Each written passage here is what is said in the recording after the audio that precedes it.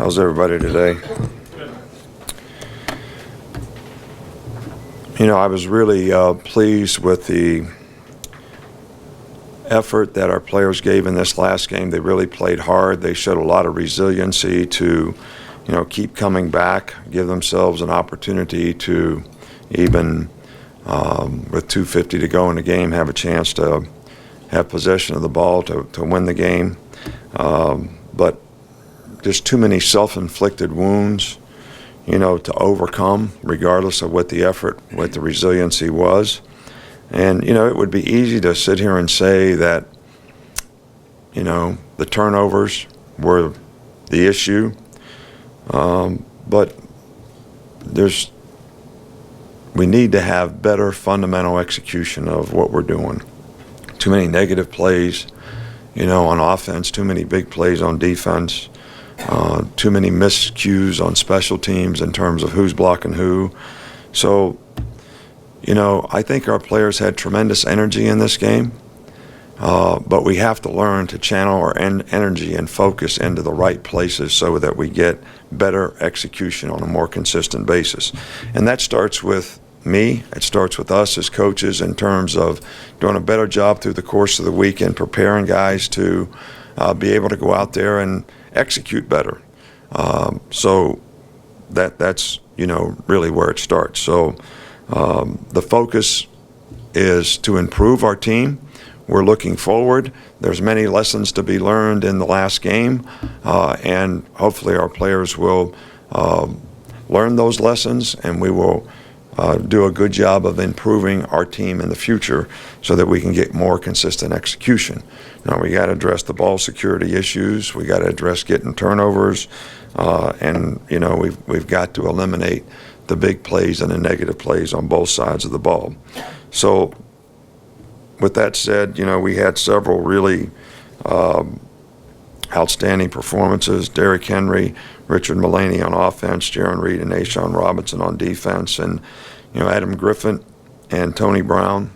Adam, great onside kick, did a great job of ball placement on some of the kickoff things. So we'll kind of go from there. 2 injury updates. Robert Foster is going to be out.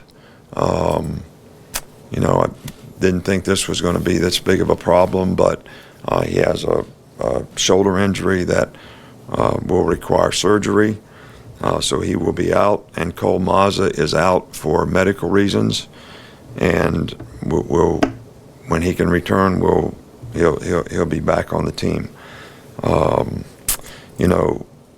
UL Monroe, Todd Berry Toddy has done a really good job there. He's been there for a while. These guys do a myriad of things on offense that are very hard to defend. A lot of formations, a lot of motions, a lot of adjustments, fastball. Quarterback is very efficient, very accurate.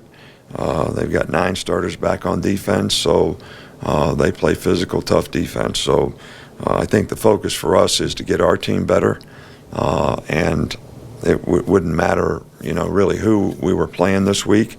That still would be the focus of what we need to do. Start right here with Mark. I know you've touched on this before, but after 3 games, do you feel like the offense has found an identity yet? No, I think we need to continue to develop that.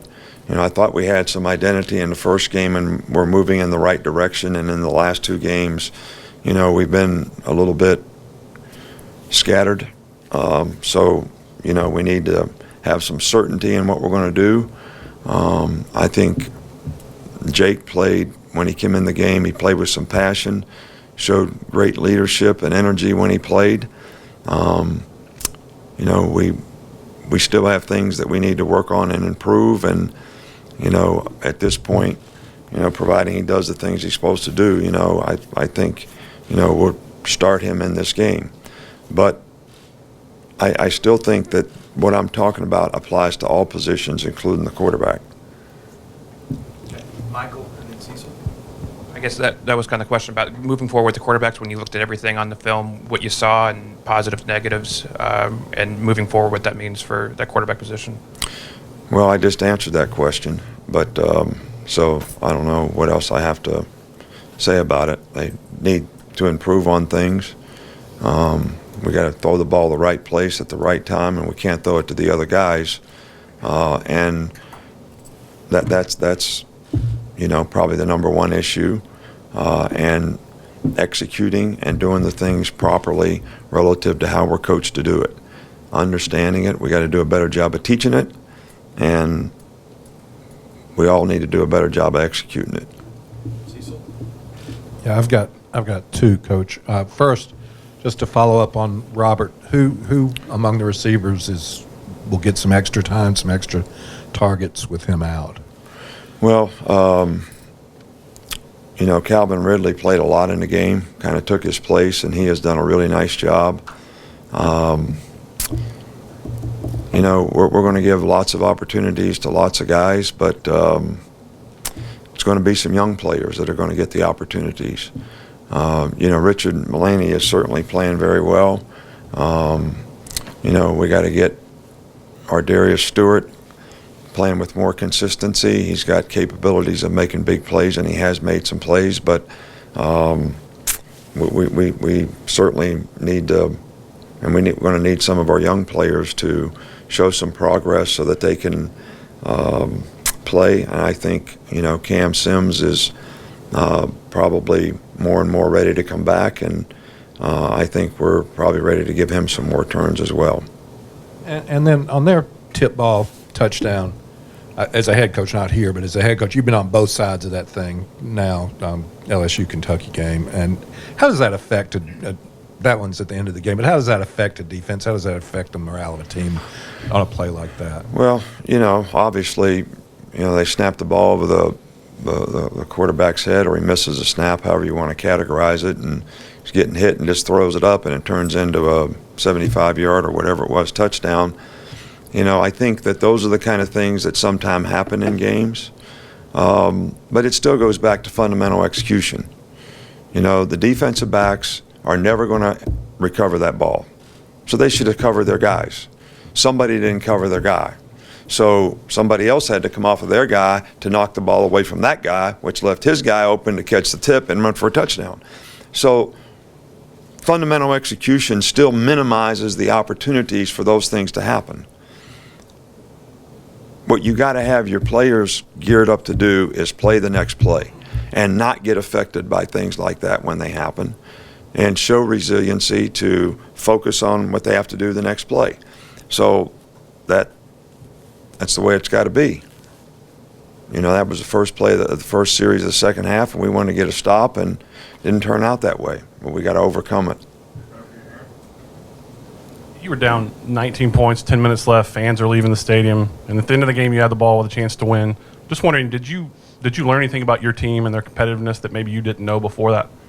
No, we've never been in that situation before, so you never know how a team's going to respond. But, I liked the resiliency that we showed. And, we had the ball with 2:54 where we could have had a chance to put a drive together, and we threw a pick. So, I was pleased with the way the players responded in the game. And, I was really happy with the fans. I thought the fans, really helped keep the players in the game by their energy and enthusiasm. And, I was really kind of happy about it, to be honest with you. That side to Matt. Two questions. First of all, Nick, with the pass defense, it seemed like with the exception of the pop pass and the tip play that the pass defense secondary was good for the most part. Did you see that when you went back and looked? Well, there's things that we could do better, but, the stats always look bad because I think there's about 150 yards on those two plays. All right, so, and, hey, but we busted in the secondary on that play. I mean, we miscommunicated what we were playing. And so that play should have been covered, and it was not because of a mental error. But I'm not down on our players in the secondary. We had a few missed tackles. We had some things that we could have done better. We could have covered a few things better. But they did not really have sustained drives in the game. They got the ball in great field position, and they scored. and they made big plays and scored. They drove a couple times and kicked field goals, all right, but so all in all, they're other than those few plays, which have to be eliminated. They have to be eliminated with fundamental execution and communication. It wasn't terrible. It wasn't all that bad, but we need to improve. And second question, just in terms of the offensive line, what did you see from them when you went back and looked at the film? I can't. I said when you had a chance to go back and look at the film, what did you see from the offensive line? I think the offensive line, played okay in the game. I think it's important for our offensive line to dominate. I think we struggled to reach block number 5 and get him blocked sometime with his quickness a few times. I think we were a little better when we ran direct runs. When we ran the ball sideways, we had a more difficult time, blocking their quickness. But I thought the offensive line was okay, but I think it's important for our offensive line to dominate the line of scrimmage. Hey, Coach, given how the season played out last year after the Ole Miss loss, still won the SEC, went to the playoff, do you think that helps or can help this team keep Saturday's loss in perspective? Depends on how they respond to the loss. I mean, it just depends on how they respond to the loss. That's all I can tell you. I mean, we're going to try to do the right things, and I've liked the character and chemistry of this team. And I thought that the game we lost last year, we lost completely different than the way we lost this game. We had energy. We had almost fanatic energy, all right, but we didn't channel it in the right direction. And we kept coming back in the game, but we also shot ourselves in the foot so many times that made it difficult to overcome. Last year, we got ahead in the game and kind of got sort of relief syndrome or something where they got the momentum of the game and we could never get it back. That never really happened. We just came up short this time. Coach, with the way Coker came in the second half and played, how do you see him moving forward? You said he played with more passion, played with that energy. Do you see that carrying over into the next game? Well, I can't predict any of that stuff. I don't have a crystal ball up here. I can try to look in this Coke bottle and see, but I don't really know. But it still goes back to execution. We can't throw interceptions. We can't throw the ball the wrong place. So, we got to execute and do what we need to do to have the whole offense function. And that's something that we need to keep working on. It's our responsibility as coaches to help these guys do better, and that's what we're focused on trying to do. Two more, Alex. I got 2 questions, Nick. You said with the plan to start Bateman was kind of a surprise, potentially. Has not having a definitive starting quarterback been difficult when game planning week to week? Well, we kind of knew we were going to do that, so if you know you're going to do something, it's not difficult. Okay. All right, just because you didn't know didn't mean we didn't know. Okay. And do you think any of the interceptions that the quarterbacks have thrown so far have been effort plays where they're just trying to maybe impress you, the other coaches, to maybe earn that spot? I have no idea. If it is, they're totally off base, totally wrong. Nobody's forcing them to make plays. Everybody's telling them to take what the defense gives. Throw the check down if it's not open. The most important thing is the ball.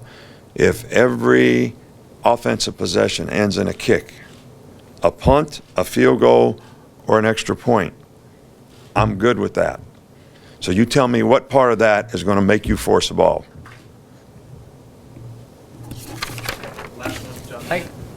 I didn't hear kind of the timetable on Robert Foster's. Is it a 1 week thing, or do you have any idea yet? Well, he's having surgery, so is that season? unless he has a miraculous recovery, he's going to be out for a while, a good while. I'm not the doctor. I can't tell you that.